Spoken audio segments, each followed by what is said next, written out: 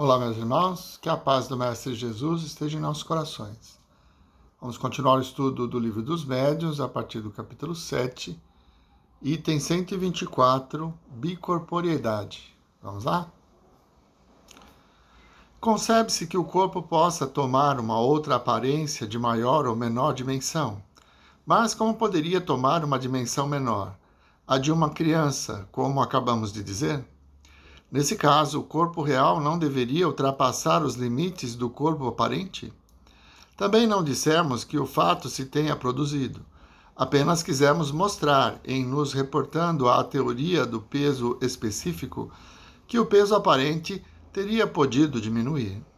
Quanto ao fenômeno em si mesmo, não afirmamos nem a sua possibilidade nem a sua impossibilidade. Mas no caso em que ele ocorresse, de não se lhe poder dar uma solução satisfatória, isso não infirmaria a coisa. É preciso não esquecer que estamos no início da ciência e que ela está longe de haver dito sua última palavra sobre esse ponto, como sobre muitos outros. Aliás, as partes excedentes poderiam perfeitamente ser tornadas invisíveis. A teoria do fenômeno da invisibilidade conduz-se muito naturalmente das explicações precedentes e das que foram dadas a respeito do fenômeno de transportes, números 96 e seguintes. 125. Restar-nos-ia falar do singular fenômeno dos angêneres, que por mais extraordinário que possa parecer à primeira vista, não é mais sobrenatural do que os outros. Mas, como explicamos na Revista Espírita, fevereiro de 1859, cremos inútil reproduzir aqui todos os seus detalhes. Diremos apenas que é uma variedade das aparições tangíveis. É o estado de certos espíritos que podem revestir momentaneamente as formas de uma pessoa viva, ao ponto de ocasionar uma ilusão completa. Do grego a privativo, higiene, geinomai, engendrar, que não foi engendrado. Muito bem, então, fechando o capítulo da bicorporeidade, nós vemos que o perispírito ele tem características e nuances que nós ainda desconhecemos. Né? Como ele faz parte do fluido cósmico universal, o espírito pode moldar o perispírito tornando-o menor e também maior, como foi explicado na semana passada sobre a irmã que ficava com a aparência do irmão. É claro que são fenômenos possíveis, mas que dentro do nosso conhecimento eles não ocorrem. O mais importante é saber que o perispírito é formado pelo fluido cósmico universal e ele vai responder à vontade do espírito, ao ser inteligente. Então ele pode ser moldado. Nós temos descrições nos trabalhos mediúnicos de espíritos que se apresentam na forma animalesca, com patas, garras, chifres, e outros iluminados. Então, isso é um reflexo do sentimento e do desejo do espírito, que vai aurir no fluido cósmico universal uma matéria necessária para os fenômenos. Mas são fenômenos raríssimos, né? Que está muito bem explicado aqui pelo Kardec, mas que está muito longe da nossa realidade. Compreender a natureza íntima do perispírito em todas as suas nuances ainda está aquém do nosso conhecimento. Vamos em frente? Capítulo 8. Laboratório do Mundo Invisível. 126. Dissemos que os espíritos se apresentam vestidos de túnicas, roupagens ou mesmo com seus trajes ordinários. As roupagens parecem ser um vestuário geral do mundo dos espíritos. Mas pergunta-se onde vão buscar esses vestuários em tudo semelhantes aos que usavam em sua vida, com todos os seus acessórios? É certo que não os levaram consigo, uma vez que os objetos reais estão ainda aqui, sob nossos olhos. E de onde provém, pois, os que usam no outro mundo? Essa questão tem sempre intrigado muito, mas para muita gente era simples negócio de curiosidade. Entretanto, ela confirmava uma questão de princípios de uma grande importância, porque sua solução nos colocou no caminho de uma lei geral que encontra igualmente aplicação no nosso mundo corporal. Vários fatos vieram complicá-la e demonstrar a insuficiência das teorias que se tinham experimentado. O que se sabe, como foi dito há pouco, é que o perispírito ele vai tomar a forma do desejo do espírito. Então, se ele se vê vestido com terno, chapéu e bengala, é assim que ele vai ser visto por um médium vidente ou por outros espíritos que estão na mesma faixa, porque ele reflete o seu desejo. Então, ele vai tomar a forma que ele gostaria de ter, muitas vezes a mesma forma que ele teve na última encarnação. Esse fenômeno para nós não é nada assim sobrenatural, porque sabemos que no mundo espiritual a matéria não tem espaço. Mas o fluido cósmico universal ele pode ser moldado a partir da vontade do espírito. Então ele vai plasmar a sua aparência, a sua roupagem, de acordo com seus desejos, sempre relacionados com seu grau evolutivo. Podia-se, até certo ponto, certificar-se do vestuário, porque pode-se considerá-lo como fazendo parte do indivíduo. Já não ocorre o mesmo com os objetos acessórios, como, por exemplo, a tabaqueira da visita da senhora doente, de que falamos no item 116. Anotemos a esse respeito que não se tratava ali de um morto, mas de um vivo, e que esse senhor, quando voltou em pessoa, tinha uma tabaqueira em tudo semelhante. Onde, pois, o seu espírito havia encontrado aquela que ele tinha quando estava ao pé do leito da doente? Poderíamos citar um grande número de casos nos quais os espíritos dos mortos ou dos vivos apareceram com diversos objetos, tais como bengala, armas, cachimbos, lanternas, livros, etc.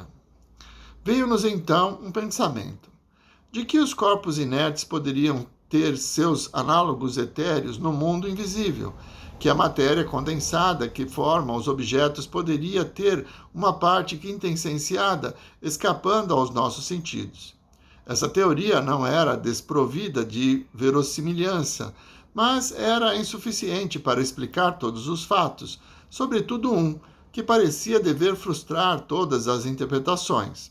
Até então não se tratava senão de imagens ou aparências.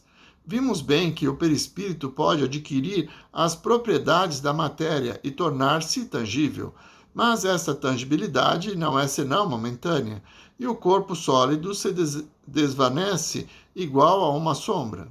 Já é um fenômeno muito extraordinário, mas o que o é também é ver-se produzir a matéria sólida persistente, como o provam numerosos fatos autênticos, e notadamente o da escrita direta, do qual falaremos com detalhes num capítulo especial. Todavia, como este fenômeno se liga intimamente ao assunto que tratamos nesse momento, e que é uma das suas aplicações mais positivas, nos anteciparemos quanto à origem na qual ele deve vir. Então, aqui ele vai explicar sobre características do perispírito e a possibilidade ou a capacidade do espírito de manipular o fluido cósmico universal de acordo com a sua vontade, chegando até a montar produtos que são tangíveis, né? A bengala, o cachimbo. Vamos ver? 127. A escrita direta ou pneumatografia é aquela que se produz espontaneamente, sem o concurso quer da mão do médium, quer do lápis. Basta pegar uma folha de papel branco, o que se pode fazer com todas as precauções necessárias para se assegurar de não ser vítima de alguma fraude, dobrá-la e depositá-la em alguma parte, numa gaveta ou simplesmente sobre um móvel, e se houver condições convenientes, ao cabo de um tempo mais ou menos longo, encontram-se sobre o papel caracteres traçados, sinais diversos, palavras, frases e mesmo discursos, o mais frequentemente com uma substância acinzentada, análoga à aparência do chumbo, de outras vezes com lápis vermelho, tinta comum e mesmo tinta de impressão. Eis o fato em toda a sua simplicidade, e cuja reprodução, embora pouco comum, não é, entretanto, muito rara, porque há pessoas que o obtêm com muita facilidade. Se se colocasse um lápis com o papel, poder-se-ia crer que o espírito dele se serviu para escrever, mas do momento em que o papel está inteiramente só, é evidente que a escrita está formada por uma matéria depositada. De onde o espírito tomou essa matéria? Tal é a questão, a solução da qual vamos ser conduzidos pela tabaqueira, de que falamos a toda hora.